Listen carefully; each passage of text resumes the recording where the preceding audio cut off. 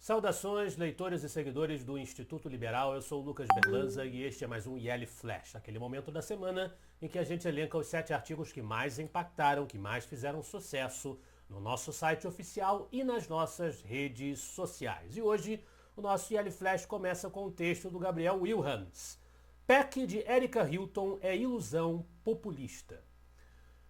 O texto da Erika Hilton vocês devem ter visto, a parlamentar do PSOL, todo o barulho que se criou em torno dele, aquela proposta de confrontar a escala 6x1 de trabalho, né? De fazer uma transformação nisso, que na verdade não fechava do ponto de vista da matemática e recebeu uma série de críticas dos influenciadores e políticos de orientação mais liberal. Isso gerou uma grande polêmica nas redes sociais e o Gabriel Wilhans enfrenta essa questão. Ele vai dizer que os defensores da proposta da Erika Hilton certamente dirão que o aumento da produtividade e do consumo compensariam a redução da jornada com manutenção dos salários.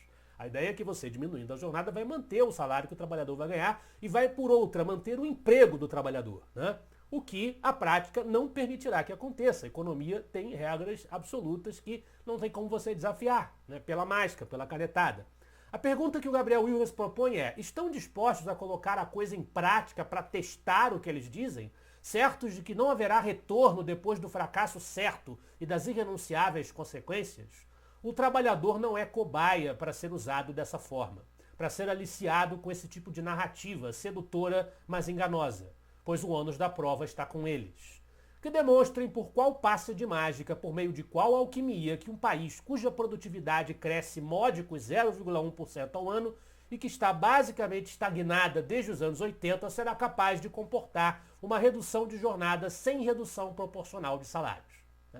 É preciso, portanto, não acreditar em passe de mágica. Em vez de uma canetada para mudar a escala de trabalho de cima, é preciso aumentar a produtividade do trabalho brasileiro, diminuindo o peso do Estado sobre o empreendedor, sobre o empresário, sobre o próprio trabalhador, diminuindo os impostos, diminuindo a máquina pública, diminuindo a arrecadação voraz que é sistematicamente implementada pelos nossos governos e pelos nossos altos funcionários públicos, e assim a gente vai conseguir alguma coisa.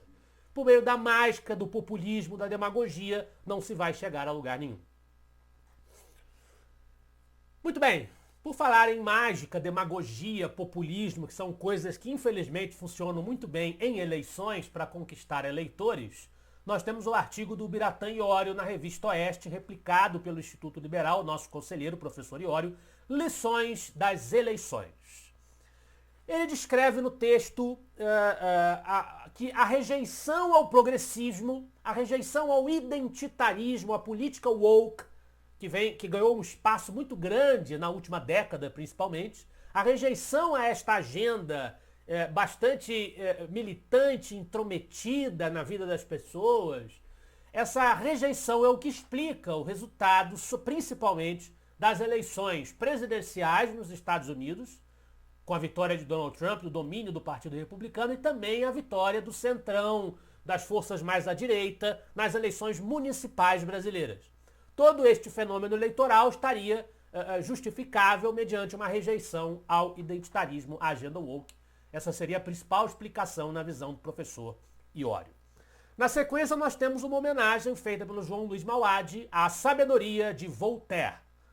François-Marie Arouet, nascido em 1694, falecido em 1778, foi um filósofo iluminista, um escritor insensado, tinha uma tendência anticlerical, anti-igreja, antirreligiosa, embora fosse um deísta, né? Mas Voltaire também defendia a liberdade individual e se notabilizou por uma militância por ideias parecidas nesse aspecto central, institucional e político com a filosofia lockeana que havia um século antes influenciado ali o nascimento do que nós chamamos hoje de liberalismo, né? Então, Voltaire é um autor importante do iluminismo francês, que influenciou a Revolução Francesa, tem aspectos que são suscetíveis à crítica, mas que tem um papel na história do pensamento liberal, indiscutivelmente. Muito bem, quem não tem papel nenhum na história do pensamento liberal são os economistas da Unicamp, e aí nós temos uma crítica do Juliano Oliveira voltando ao assunto da escala 6x1. PSOL e Unicamp, uma simbiose perigosa, ou o perigo da escala 4x3. Ele faz uma crítica à economista Marilane Teixeira, especificamente, cuja análise econômica sugere que com uma escala de trabalho de 4x3, os trabalhadores, notadamente, diz o Juliano, os que não gostam de trabalhar, ressalte-se, consumiriam mais, uma vez que teriam mais tempo para lazer, e isso aqueceria a economia. Jamais, ele diz, conseguirei entender a mentalidade de um economista estatista. É a produtividade o que reduz preços e melhora a qualidade de vida das pessoas. É a produtividade o que permite redução em jornadas supostamente excessivas de trabalho.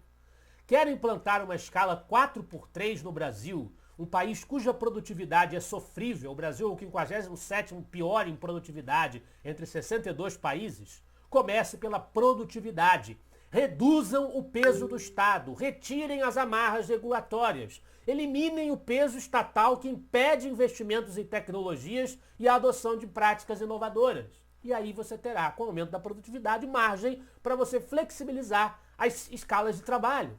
Não queira fazer mágica com recursos que você não tem. É esse o ponto que o Juliano sustenta no seu artigo. Vamos então voltar a eleições, especificamente a dos Estados Unidos, com o texto do Carlos Júnior, Lições e Consequências da Vitória de Trump. Na mesma linha, mais ou menos, do texto do professor Ioli, ele faz uma análise geral dos resultados das eleições presidenciais norte-americanas e ele vai pontuar que, efetivamente, há ali uma rejeição ao progressismo e esses valores mais conservadores e também que a esquerda precisa realmente parar para fechar para balanço, pelo que ela sofreu nos resultados eleitorais norte-americanos. E nós fechamos com duas homenagens, do João Luiz Mauad, ambas, né? A Sabedoria de Albert Camus. Albert Camus, nascido em 1913 e falecido em 1960, foi escritor, filósofo, romancista, dramaturgo, jornalista e ensaísta franco-argelino. E aí ele traz, como sempre, uma seleção de frases que tem a ver com liberdade desse autor. E por fim, A Sabedoria de Carl Sagan.